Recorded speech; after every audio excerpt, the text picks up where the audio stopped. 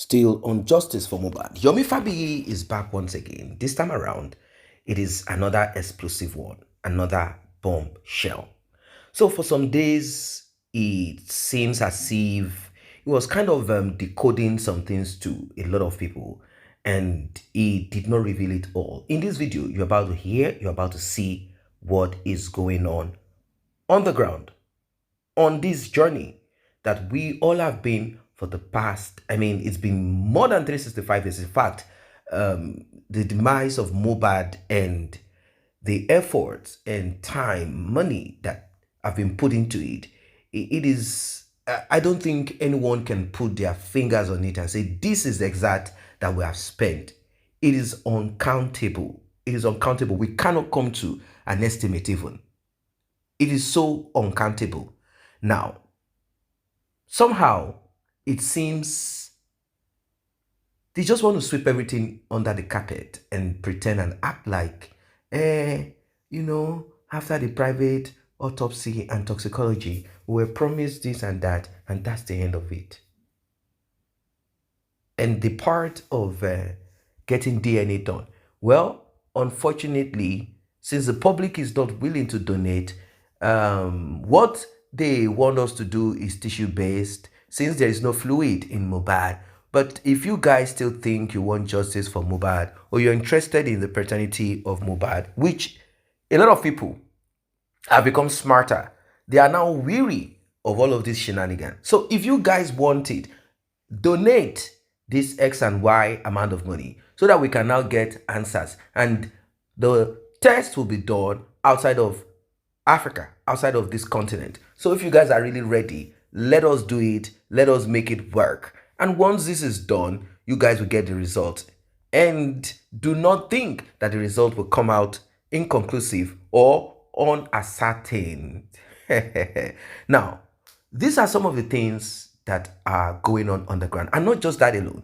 So it seems there is this attack and a kind of push to quell, to stop, to stifle, to put to an end, to disgrace, to unalive, to deal with, to crumble, to scatter, to stop people who are seeking for this justice. Now, it is one thing to talk about justice. The major is to be on ground, facing the backlash, facing all forms of attack. Don't forget that nobody in that house wants to go to jail, not even Cynthia.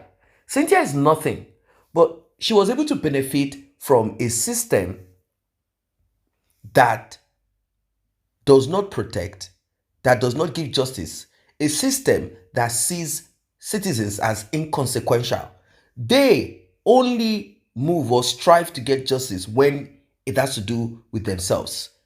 It is the truth of the matter, and that is all that we know. Once you touch the so-called elite, you realize that the police can work, the DSS can work, that's the secret police. You realize that the military, you realize that there are arsenal, you realize that, in fact, CCTV works. You realize that that's how it is. But when it is just one person, that is why this justice for Mohbad stayed this long, connected people together. So it will not appear as if I'm the only one talking. I want you to hear and see for yourself this bombshell that dropped on justice for Mohbad. Please like and share. Let's get right into it. Now to speak my truth.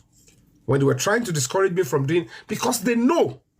Another thing that you must know in this justice for Mohbad, I can tell you for free, one thing that would bring justice quickly is one heavy protest like the one we had when Mohbad first died. And something that will bring that again is if part of the video of how Mohbad was spied surfaced online. As a matter of fact, times 10 of that one, because that one might even result into violence. And that's why I'm going to be addressing the president. I'll be addressing the president's family in a very, very important location. Not tomorrow, next tomorrow. And I will spill some certain truth. What's today's date? Thursday. I won't tell the day. I come out to go live every minute. I won't tell the day. When you're so day. Understand? I will not speak the day. I won't tell you guys, but it's coming very soon. And it's going to be hot. Ma faja. Ma la nkomole. So when you want to come lati joy. Ma la mole. Ma la mole gidi. But I'll be speaking with my lawyers about it first. I'll speak to them about it tonight and tomorrow. Ma de la mole. Mohbad marry justice. O marry tamatu ba formation lowo. Though the risk after Mohbad get justice, I am willing and ready to face it. I want the low marry. I want to extra go. I'm willing to face it because getting justice is part of what Nigerian society needs. There are too many double agents. Too many double agents in this stuff, but once it cool. But the remnants, no matter what they are actually one matter.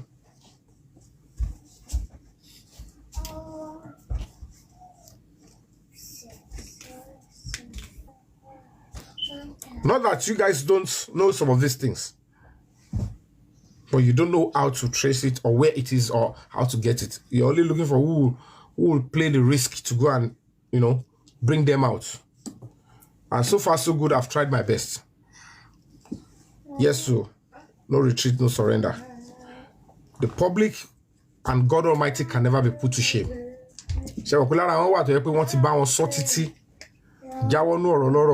Jáwọ́ nú ọ̀rọ̀ tí ó ṣe kíní iṣẹ́ dọ̀tí ni nǹkan tó ń ṣe ìwà criminal wọn fẹ́ gbọ́. They just want to go down fully with it. Ẹ máa wòran bọ̀. Ẹ máa wòran bọ̀. Àti gbogbo àwọn ọmọ níṣe ni. Tẹ́ pé mo mọ̀ wọ́n. Wọn ò jámọ̀ kankan. Àwa náà lọ fi kọ́ bọ́dì. Tọ́ fi láwọn fi ṣe activism. Gbogbo ohun tó ń ṣe gbogbo ẹ̀ lárí.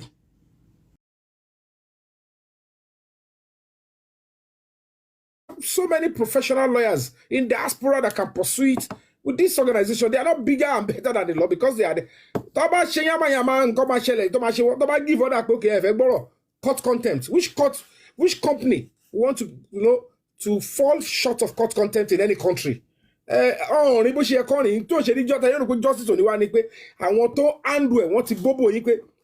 public trial public lawyer again.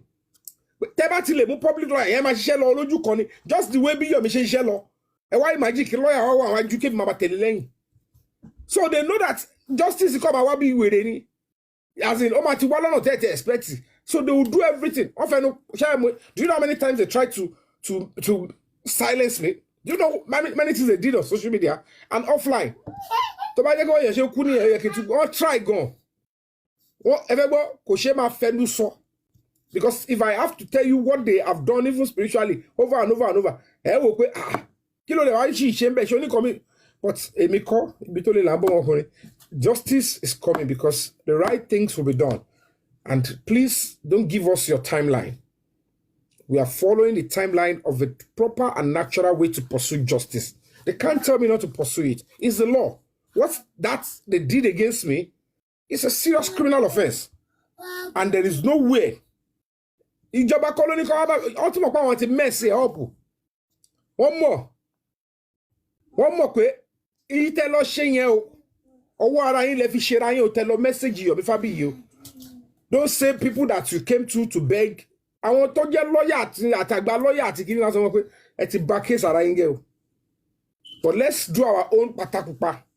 Let's incite the public wrongly. Let's use the power that we have to show to the public that they are irrelevant.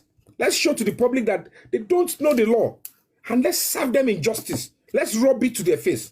Let's, when they start using government institution to do this and you are quiet because I apologize. I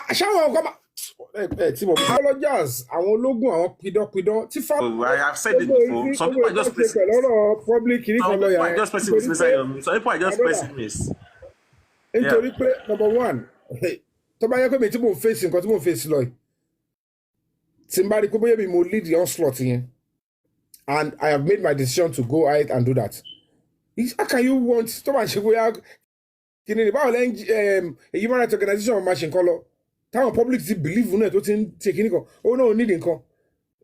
It's not every opinion people will come and criticize.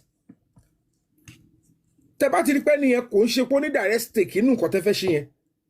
Tẹ́ bá ti rò pé gbogbo every criticism lẹ́ máa fall fún. Àwọn ti sọ pé báyìí o you are not lè jẹ́ leader. Ṣé mo ye decision ti Sanwó-Olú ti president ma take even Trump lọ́wọ́lọ́wọ́ yìí tó ní overwhelming vote. Do you know how many decisions to make it? People protested against it and they still went on with it. Because how about it is still constitutional. Toba kakun government òun ló ṣe kò ṣe nǹkan àwọn tí ó tó jẹ́ all another side. So toba rò pé again tone down kó má lọ yíwọ́. If it is the government is touring the path of injustice, criminality, nobody will support.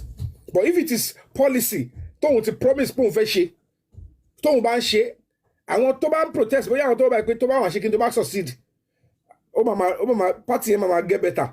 Politicians will say let's go and find a way to antagonize it. But you must be resolute as a leader.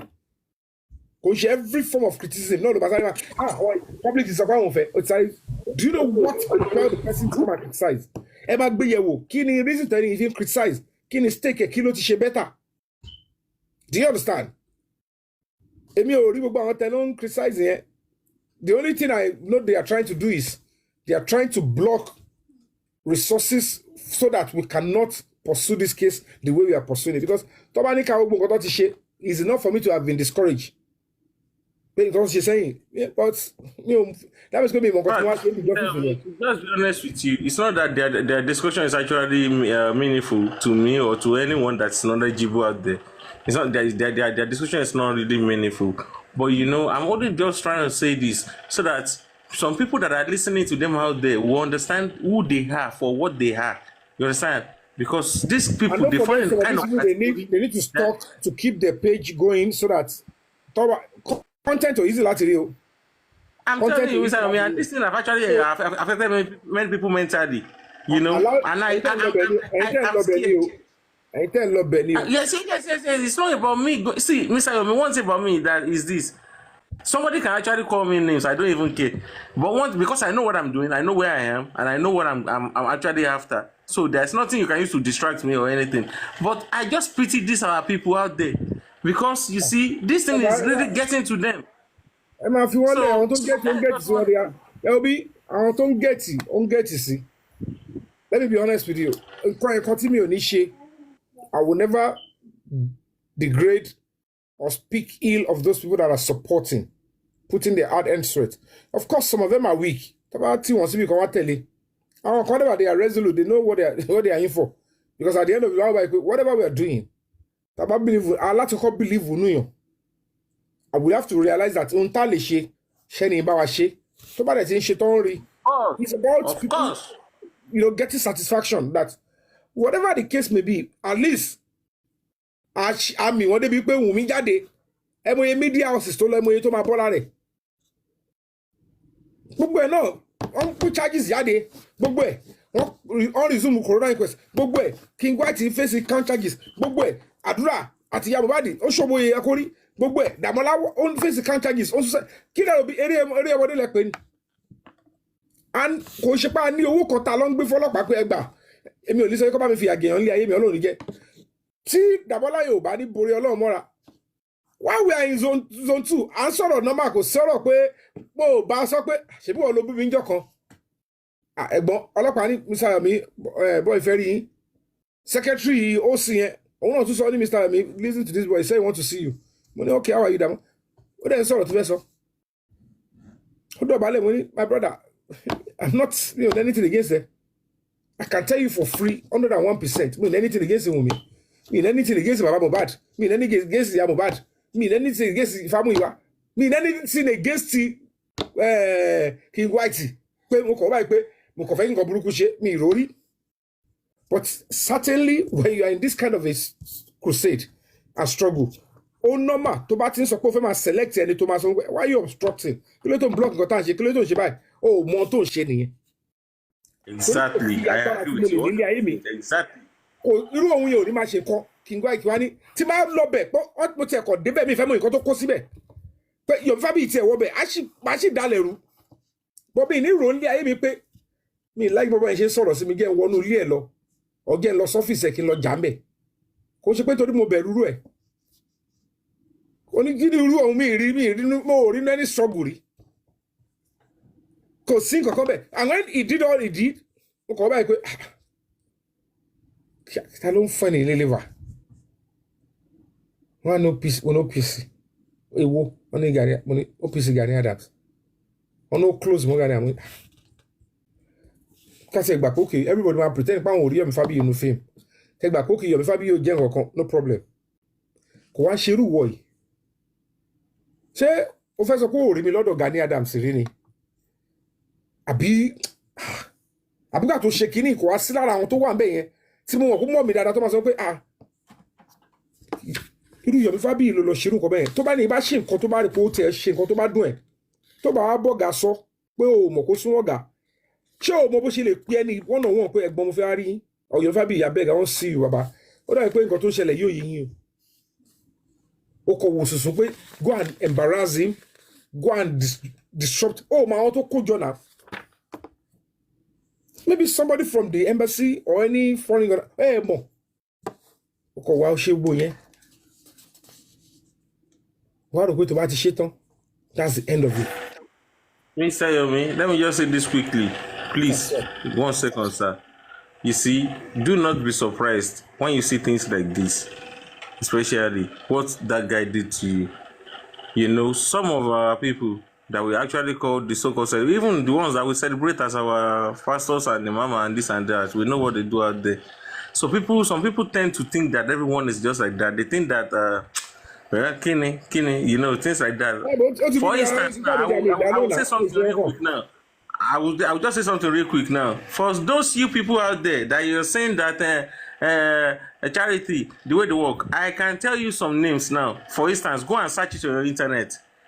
Celebrities like Rihanna, people do contribute money for their NGOs. For your information, if you are not sure about it, go on the internet and search it now. They have their own NGOs, how they take care of people. People contribute money into their account to be able to promote the NGO and to be able to help people. So some people, they do not understand these things. They will contribute money for them. That's just how it works. But some people don't understand these things. You see, Mr. Yomi, education is not a scam. Some people, they are used. Let me not use that word because of.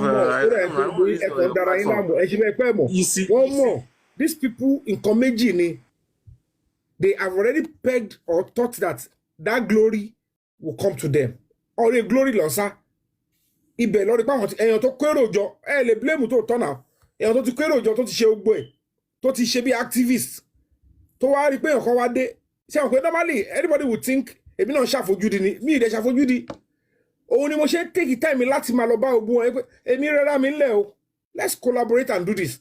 People thought Yomi yẹn star ni. Star colourfish activism. Ṣó fẹ́ jàjàngbara ṣó fẹ́ yí rẹ̀ mọ́lẹ̀ ó fẹ́ yí rẹ̀ mẹ́rẹ̀ kí o tó kó lè fìdí òótọ́ múlẹ̀ ó ní máa sọ pé don't touch me don't abuse me don't keep gbogbo ẹ̀ ló máa gbọ̀n ká no mo ti pọ̀ ju èèyàn kan lọ. So people when they start to abuse this ó lè wá fúnra ẹni caution.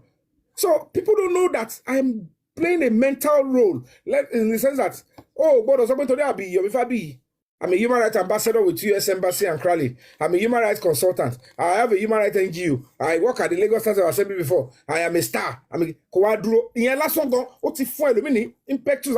Let me distance myself from this guy. Could say, Wasodowa. Shawan Kamalama Ben. So, my dashe, my dashe now.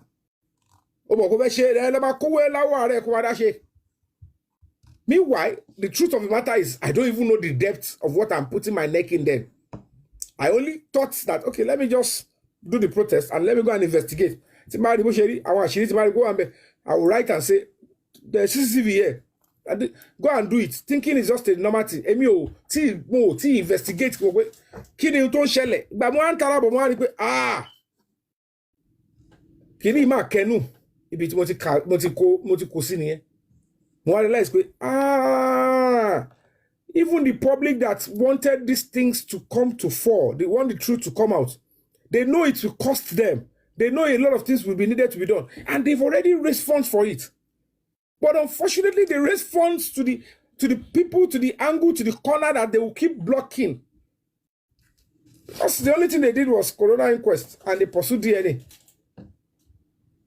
Kilo afa tó yẹ pé gbogbo àti bọ́lọ́pàá ṣe ẹlẹ́fẹ̀ẹ́ bọ́lọ́pàá ṣe ẹ̀yìn lè lọ bọ́lọ́pàá ló máa bá yín CCTV ẹ̀nà ti ṣiṣẹ́ lórí àwọn èèyàn rí private investigation wọn rí kẹ lọ bá àwọn witnesses ẹ wò jọ síta sọ̀rọ̀ nípa spending yẹn ọlọ́pàá fún rẹ̀ even prosecutor ó máa lọ bá witness ó mọ̀ pé other side ló wà á bá sọ̀rọ̀ tó bá yẹ kó fowó induce ẹni speak your truth á record ẹ̀ sílẹ̀ á gba gbogbo information yẹn honey don't worry I will give you protection come and speak on her I will present her as witness tó bá make a case ẹ̀ ṣùgbọ́n bí social media ni téèyàn kan bá lọ bá kíní kan mo kàn wé kí ni gbogbo pàlàpàlà if the NGO is well structured tó wà lẹ̀ tí wọ́n ṣe kó bóyá mo ṣe máa lọ máa bá run idea through àwọn èrò social media which is not supposed to be normally the NGO tó bá yẹ pa tí mo ti lọ gba grant ibi tó yẹ kí n gba grant tó ti fún mi ní $100,000 níbí eléyìí ti fún mi ní $30,000 níbí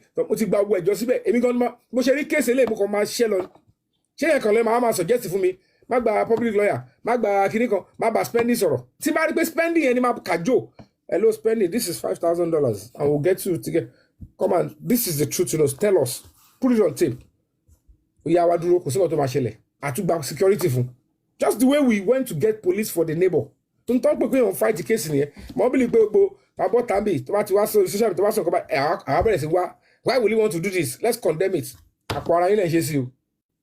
Mr. Yomi, before I just you see, a lot of people like them, people like that are saying these things, Mr. Yomi, they do not know about these things.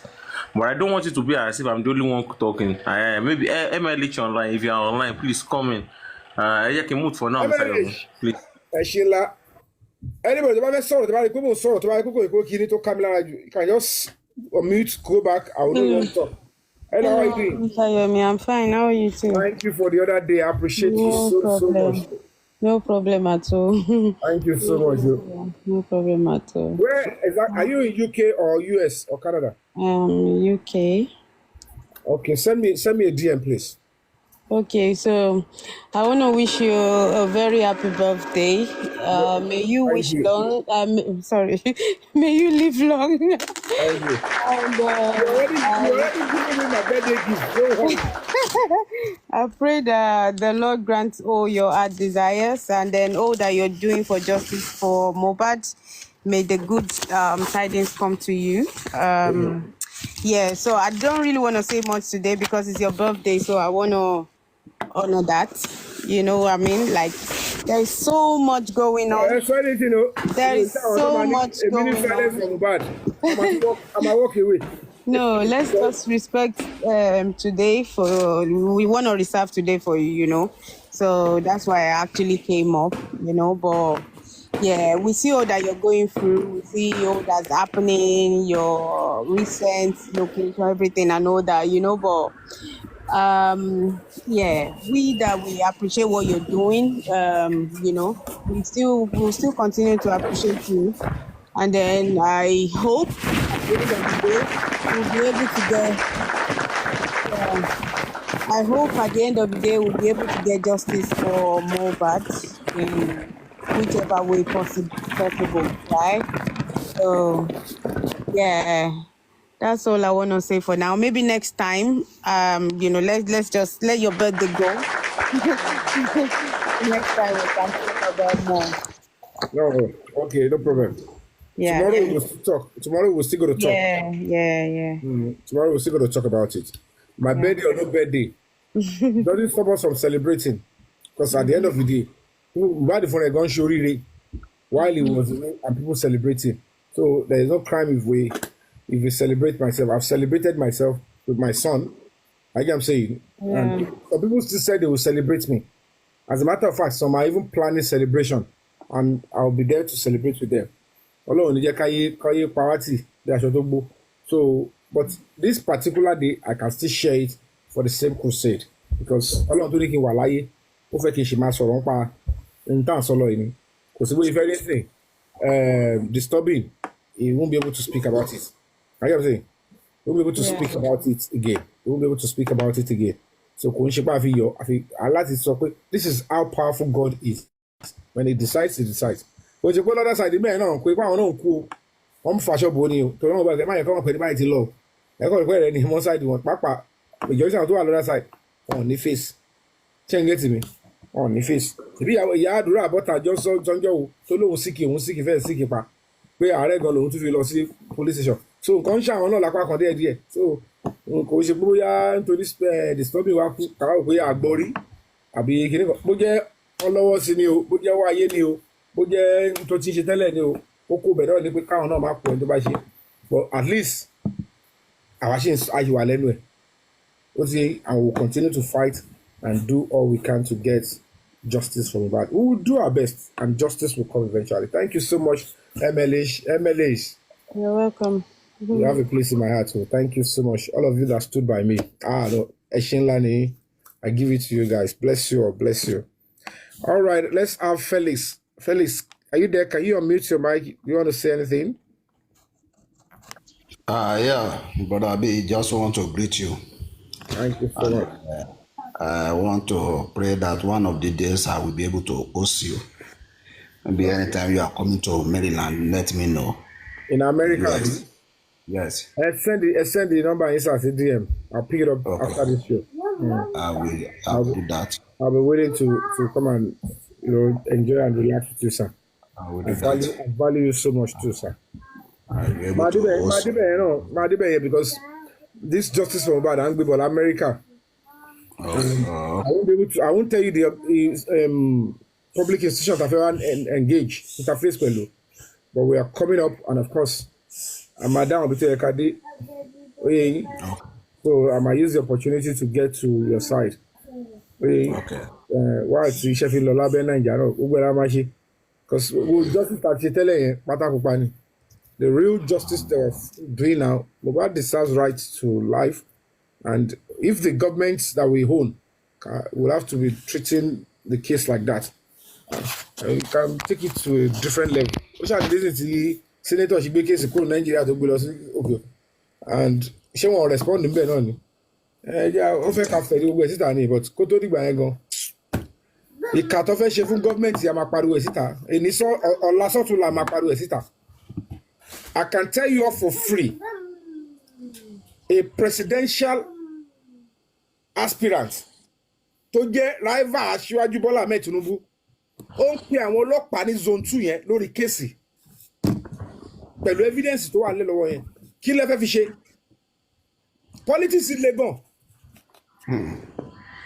They know that àwọn tẹ́ ń wò yẹn gbogbo àwọn tí ó wà pẹ̀lú Aṣíwájú yẹn some of them wọ́n ti rí nídìí pé it should be their turn kí bàbá yẹn kó fizzle out and they will use anything to destroy the papa's government so that it will not have value again because wọ́n ti parọ́ ensas mọ́ bàbá yẹn ẹ jẹ́ ká tún parọ́ pé bàbá yẹn náà ló ń blọ́ọ̀kì kí Mohbad bá di justice báwo ni youth ṣe máa gbọ́ yẹn tó bá mú evidence jáde lójijì nígbà tí wọ́n expect bàtà ló fẹ́ tẹ̀lé nu bàbá yẹn how many of us will be willing to go and vote for him or whoever tó bá jáde governor next tó bá di pé okay o àwọn àti ń gbọ́ ti pẹ́ tó bá rí n tó wà nù fídíò yẹn tó bá pé wow ẹni tó lè block ẹ̀ tó tọ́ kò lè kọjá meanwhile ẹni yóò lè bá wọn pa ẹ̀ the only reason tá bá pariwo síta ọ̀la sọ́tùlá yẹn ibi tẹ́ máa ti fẹ̀ fún yẹn tí máa ti lọ pariwo yẹn bẹ̀ tí wọ́n bá gbégbèsè dájúdájú táwọn yẹn sọ pé Aṣíwájú o family wọn bọ̀ ọlọ́wọ́ ń bẹ̀ o má ṣe wá gbàgbọ́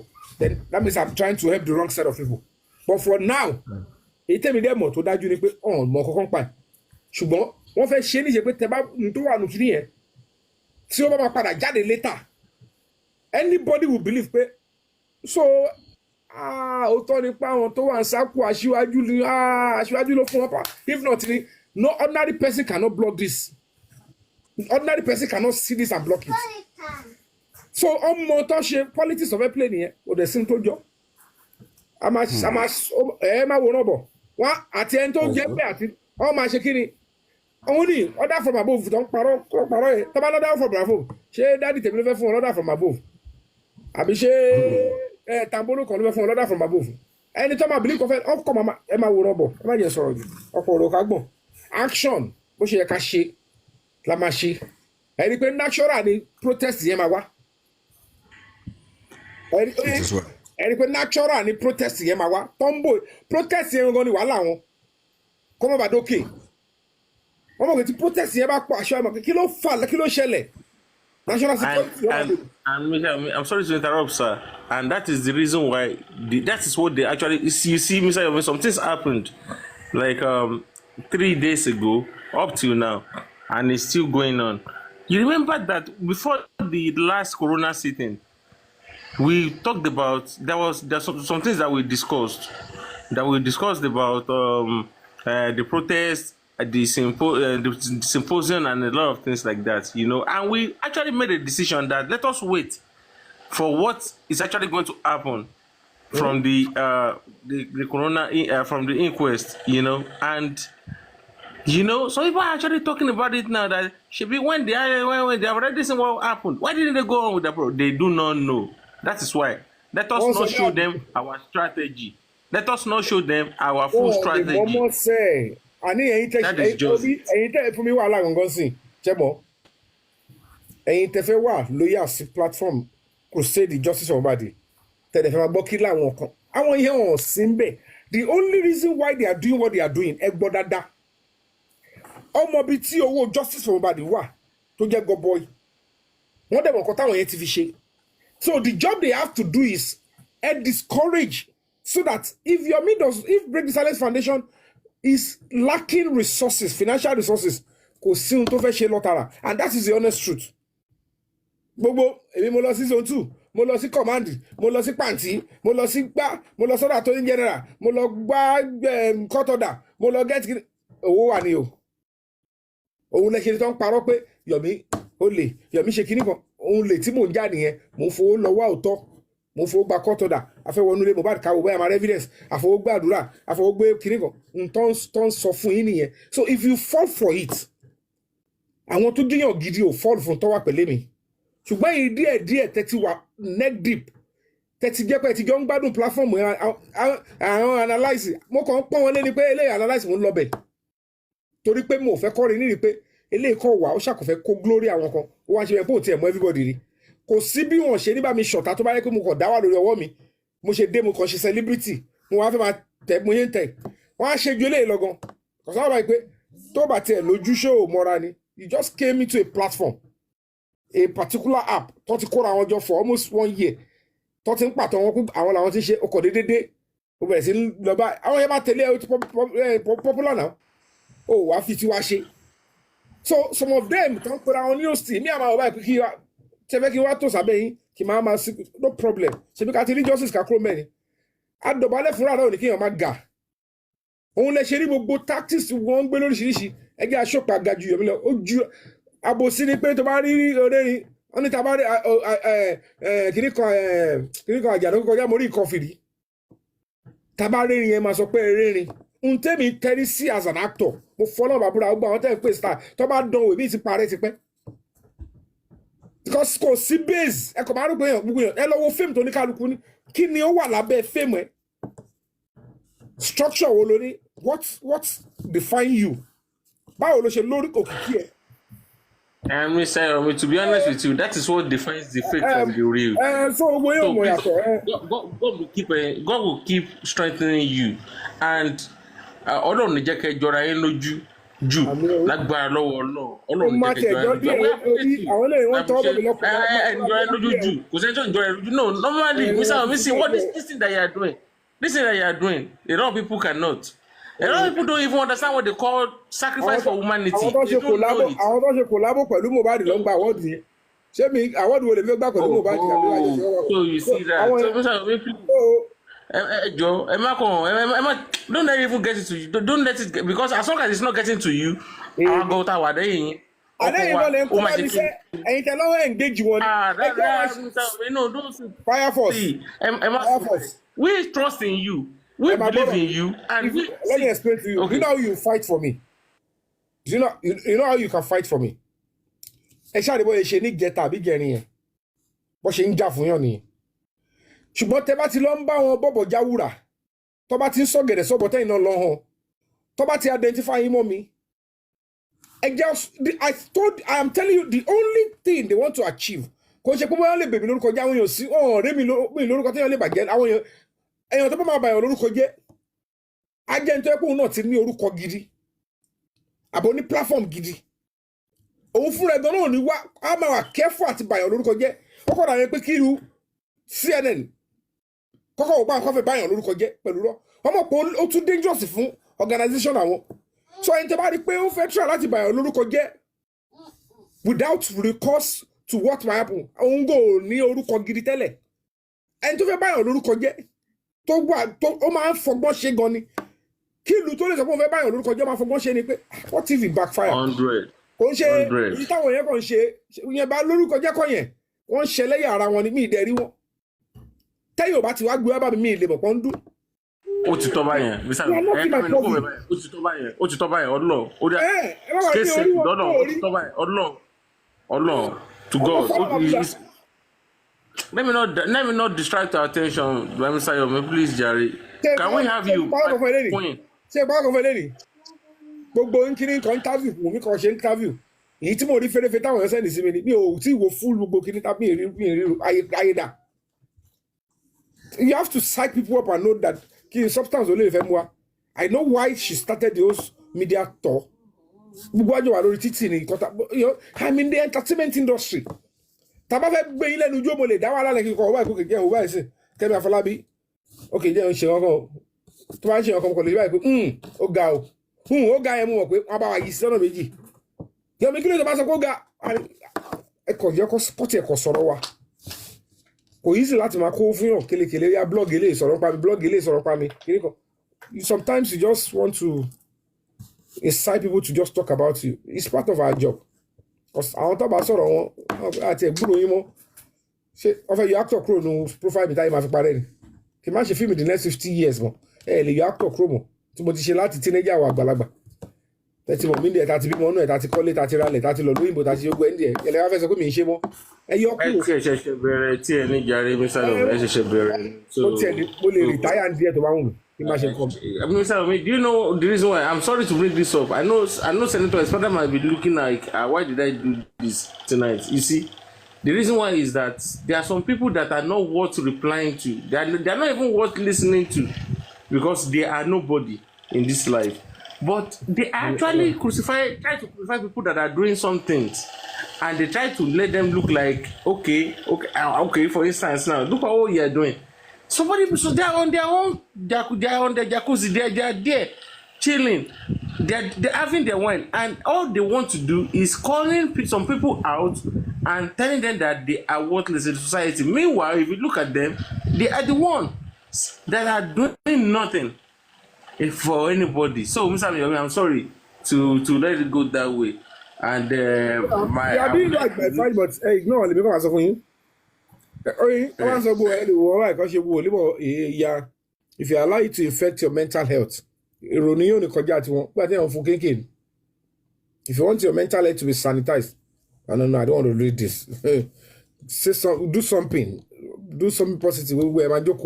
I'm analyzing, and your analysis is about criticism always. Who gave you the power? Who want to criticize in a movement? Who gave you the criticize? Take action. So if that is what you choose to be doing, then who makes you an authority in criticism? So then why do you think it's relevant? Stop justice for bad lady. Even can stop justice for everybody stop. Does that mean we will not even get justice? But long as you make justice, because Sentimental is so fully, but everybody stop. Kí government go sọ pé kí governor Sanwó-Olú sọ pé àní Mohbad ò ní rí justice ẹ.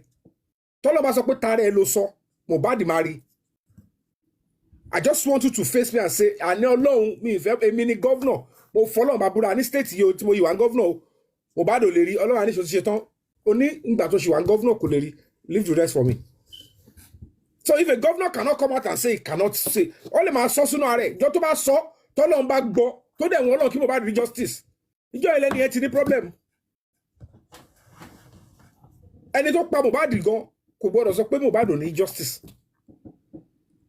Ọlọ́run fúnra ẹ̀ nìkan ló lè sọ pé no, you can't. Tọ́lọ́run bá to gbogbo script tẹ́lẹ̀ tẹ́ bá bá pé sí omi tọ́lọ́run padà lọ rè so ẹ fẹ́ kẹ́ni padà ṣe lẹ́yà ni. Ó yẹ kọ́ mọ̀ sọ because at the end of the day kọ́lọ̀ dájú mi ẹ wo Minister of Justice Attorney General of the Federation tí wọ́n pa sínú ilé ẹ̀ ẹ lọ wo that position is a position of justice. What if message lọ́lọ́run sọ fún wa? What if it's just ọlọ́kọ̀ fi pàrókò fún pé can you now see? Do you know how many cases that people deserve justice that your position you deny them after I've appeared to you as God? Now nígbà tí wàá Attorney General of Justice tó wá ní injustice tó wà glaring, did you see justice? Kí ló dé tó wá dìde nígbà tó ti wá pa ẹmọ́nu lẹ́sìn kí position ẹ yẹn kó wá fún ẹni justice? It could be the message God is passing. It could be that message. But now, I am this, I am the authority. Ọlọ́run ni màá wá ṣe ohun tó máa ṣẹlẹ̀. Ayé á dẹ̀ wàtì. Ẹ sọ fún mi. Ìgbé mélòó lọ ti protest ìgbà tí Bọ́lá Ìgè kú. Even the Attorney General, ẹ sọ fún mi how many weeks? Even in the ministry, ẹ mélòó ló down túlù nù wọn. Kéèyàn kan wá sí kò ní irú bọ́yé ṣayé Mohbad yẹn, òun bákan lòun ṣe jẹ́. Àní gbogbo nǹkan ẹ̀kọ́ ni. Kò sí pé on travel ẹ̀ṣẹ̀ ń dó Ọlọ́run máa gbèwè. Ìwé tọ́lọ́run fẹ́ máa ṣí fẹ́ anybody dà, ayé dà. Ọlọ́run náà ní irú òun ẹ̀ fẹ́ gbàdájọ́. Ẹ̀ṣẹ̀ wa dó síwájú Ọlọ́run máa gbàdájọ́. Ta ló fẹ́ máa bá yín ṣe? People get what they nǹkan tó ń ṣe ní ayé wọn gbà wọn ẹlẹ́mìí ò ń bọ́ta sọ ni. Ìjọ ọ̀rọ̀ tí mo sọ lórí Bọ́lá Ìgè sí ìjọ ẹgbẹ́ lẹ́nu àwọn èèyàn rí ni. That is Attorney General of the Federation, number one justice officer in the whole of the country. Only my gen to share the message in it. Now, the only reason I allowed this to come to fore, only I came to you, I appeared to you, mo show signs. You said no. Oh, let you president, the next person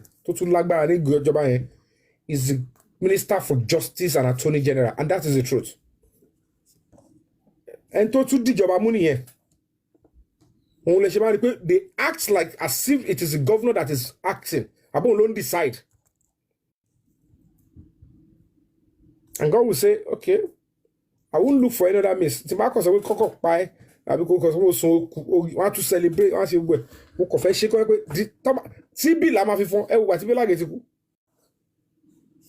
none of the presidents tó ti jẹ lẹ́yìn ìgbà yẹn tó ní interest láti sọ pé a home Minister of Justice, Attorney General, wọ́n nu ilé ẹ̀ kàdé bá mọ̀ tó pa.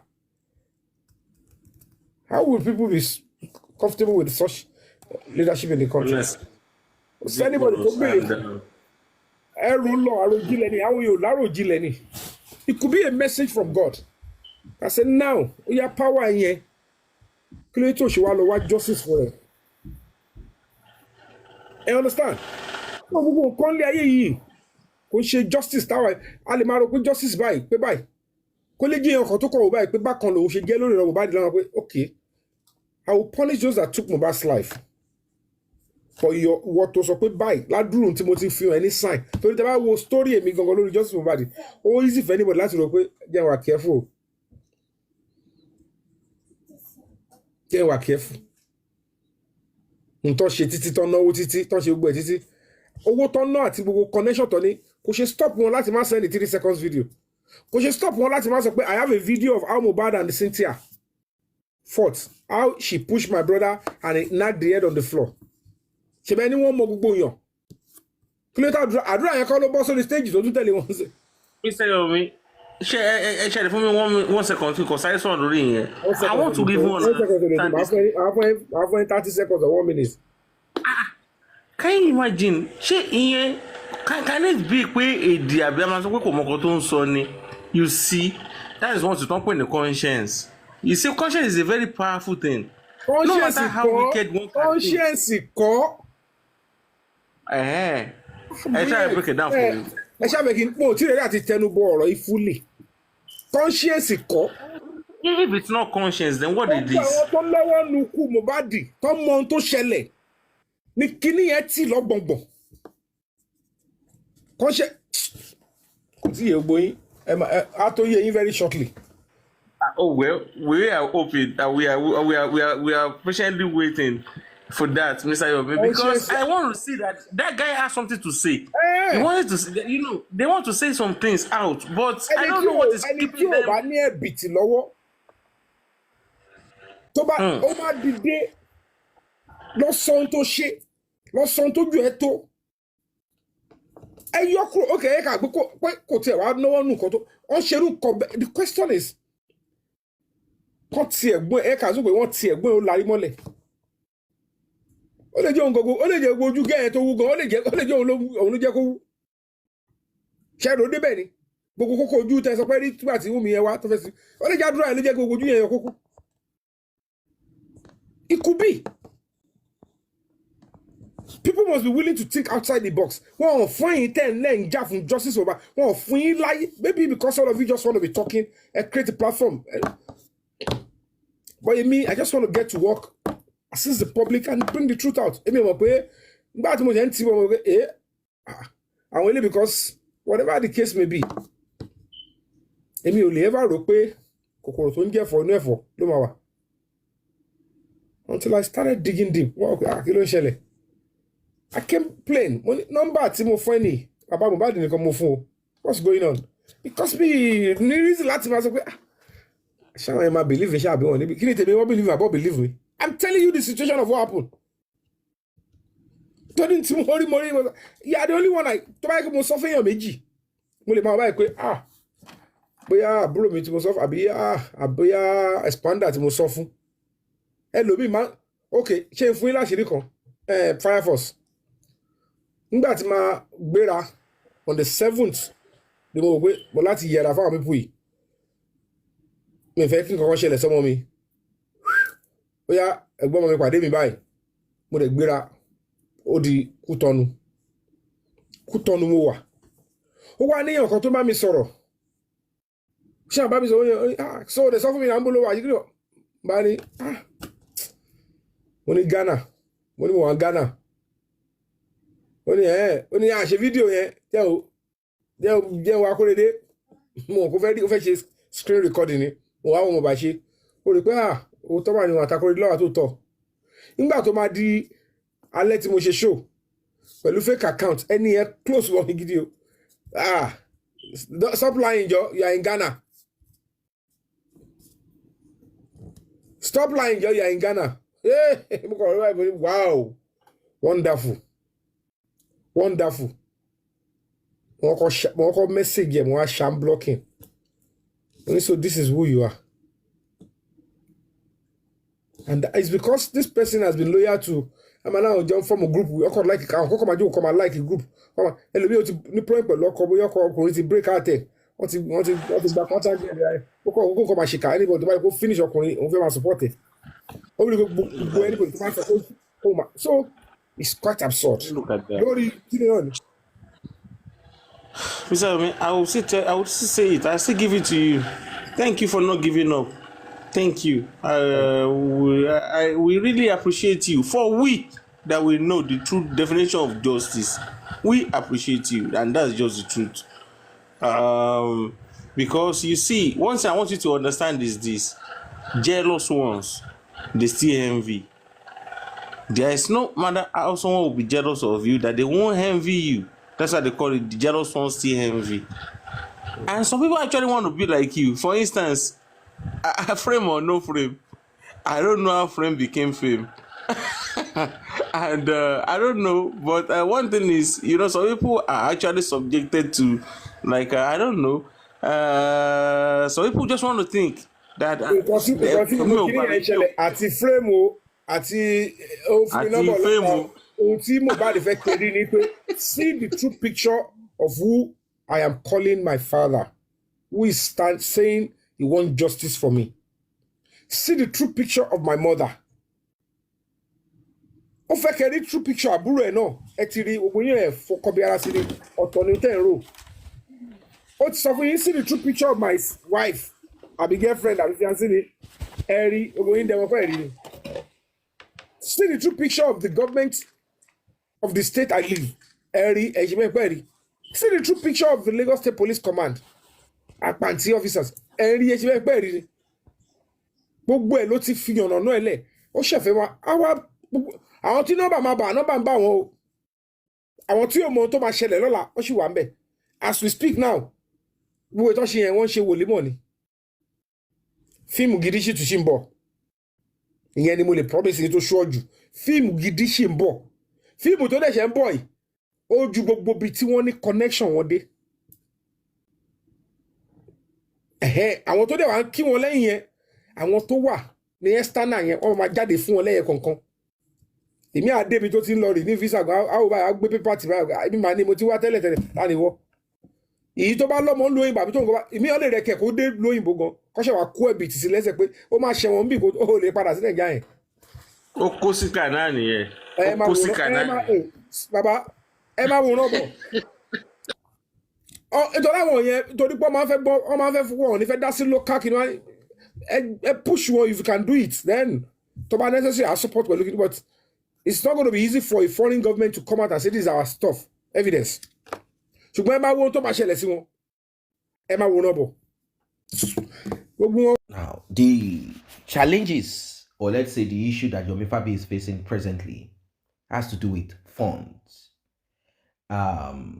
You know, he wants money to be raised for his NGO. Yeah. And it seems people are not interested in raising money. When I say people, I mean a lot of people. Yeah. They are not really interested in raising money. Some might want to raise here and there. But the thing is this. It seems to be like a struggle. Yeah. It seems to be like a struggle. That's basically what it is. More like a struggle on who is going to have what and who is not going to have what. What do I mean? Who is going to be given money? Who is not going to be given money? You know, that kind of thing. Who is going to have this? Who is not going to have that? That's basically what it is. Should we consider Mohbad's father, or should we consider that person? Who should we give? Who should we not give? Who should we pay attention to? Who should we not pay attention to? Should we focus on Yomi Fabi, whose interests align with justice for Mohbad, or rather go along with empathy, pity, by voting to give Mohbad's father the money? These have been the bone of contention ever since. Nothing more.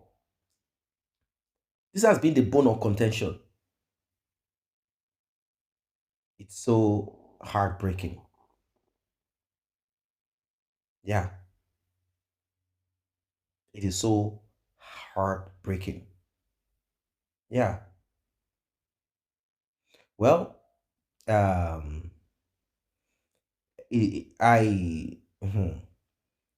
don't know, but somehow Yomi Fabi has said some things here and there, and from the look of things, from what we heard, there was okay, let's say some couple of days ago, he has shared videos, a live video actually, where he said he is actually that is he escaped, he went somewhere to hide, and he had to do all of this because his life is at stake, his life is at risk, and in all of those, and some people say it's a lie, who is chasing you? And I'm kind of wondering if, I'm not like making up stories for Yomi Fabi, but let us be sincere for once. If no one can chase Yomi Fabi that has provided giving himself physically against all odds, if no one is against him, then why are we commenting and saying that there is a possibility that there are certain people who are trying to make it impossible for us to get justice? Who are those people? Because glorifying Cynthia is the most useless thing anyone can do. Cynthia is nothing. She is inconsequential. There is no industry, these gods, or one person that wants it. Cynthia can be unalived any second if they believe Cynthia is a threat. And that is, if there is, what is it that can even link Cynthia, Mohbad, and whatever? If it is hard substance transporting here and there, it doesn't cost them anything to unalive all of them. And nobody will find out who. If we are talking about people who are connected to politics, or they will unalive them because they are the government. So all of these things don't make any sense. The only thing that I know is that Cynthia simply benefited from a system that has been designed not to be fruitful, not to be productive for the citizen or to the citizen. It's as simple as that. The only time they jump to work is when they want to harvest, when they want to make money. That's why you see the police go extra mile. They operate without sense, without proper investigation. They coerce, they beat, they force, they pressure, they torture. There's something they don't do. They target for their personal pocket. The only time you see police work in a certain way is it is when there is an incentive, something that they want to gain, money to make.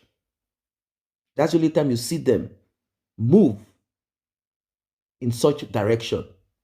Apart from that, you will never see them move. You will never see them take action. You will never see them do anything. That's how they operate.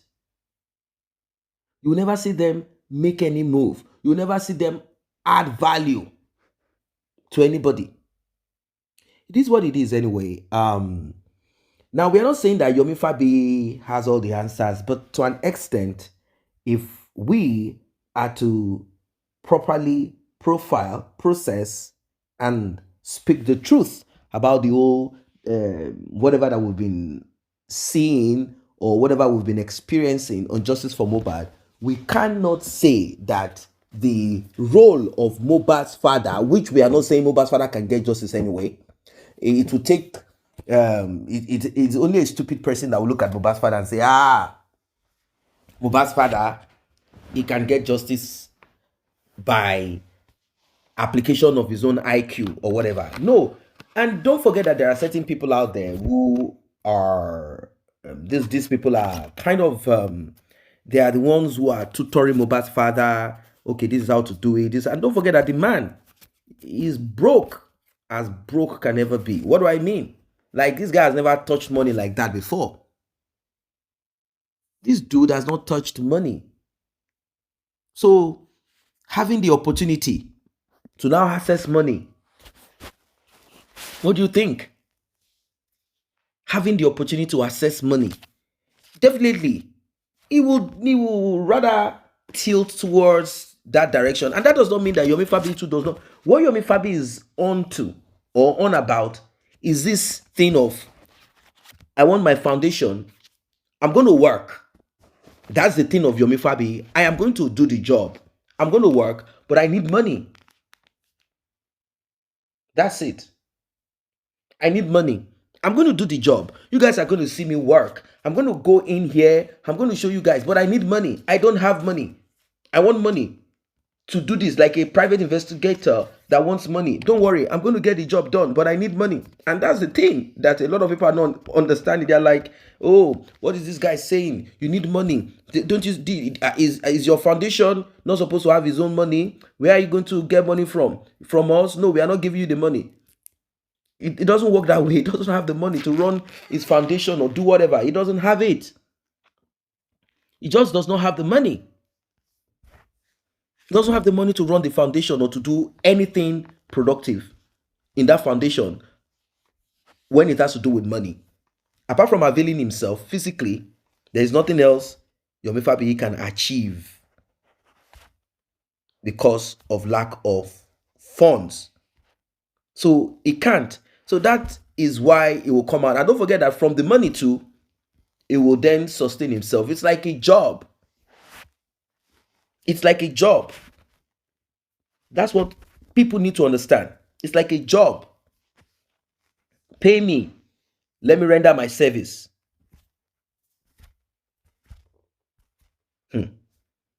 So that's just basically what it is.